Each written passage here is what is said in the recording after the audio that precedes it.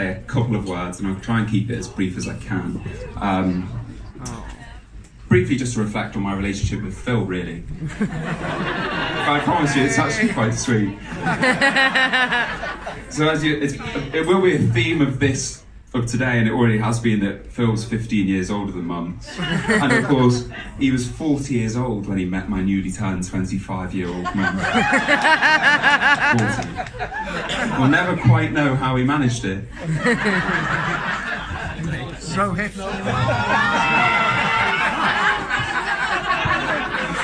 What's up? She's taking it off her phone. And we all assume that the men who attract younger women are either unfathomably charming, eye-wateringly rich, or hung like a horse. Phil has none of them. So Mum must have seen something really special. Joe? At 40, I'm sure that Phil could think of nothing worse than having children. And then he met Olivia and I. And we had a habit of frequently reminding him just how old Phil was. As far as Olivia and I were concerned, Phil was as old as our granddad. And he bore a remarkable resemblance as well.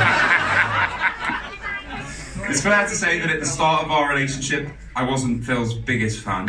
And I'm sure that having heard Gary's speech, you'll all start to understand exactly why. But it was turbulent at times, and it was very much like my relationship with my sister. They would both cry when I called them names. And then they'd both run to Mum without hesitation. But there were times when Phil's moaning and infamous high-pitched wails of frustration were justified.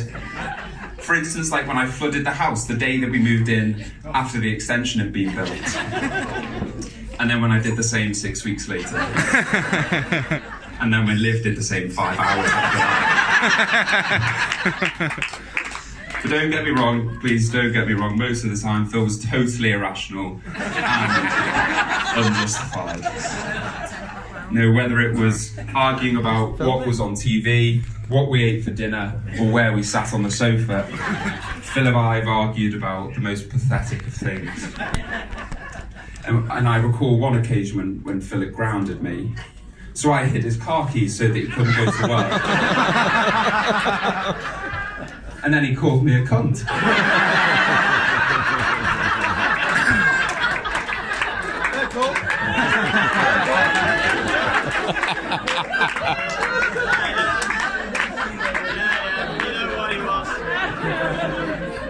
And I'm sure you can all imagine the reaction that I got when he realised that I'd also hid his glasses so that he couldn't look for his car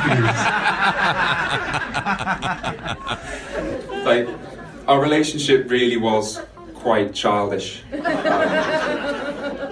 I was 9. And Phil was 45. But in all honesty, despite the arguing, despite the abuse that I directed towards him, I accept that. Phil stuck around when I know that most others very seriously wouldn't. That wasn't a funny bit. And quite honestly, Phil's taught me an awful lot. He'll tell you all about how he's taught me my sense of humour. But he's also taught me about the eclecticism of music, the triumph and tragedy of being an Evertonian, and despite being the champagne socialist who's migrated from Leso to West Kirby, never to forget where I come from. Thank you, Phil. You've been there for Liv and I when we've needed you most, and I know that you do your very best to make Mum happy, but we all know the challenge that you face with that.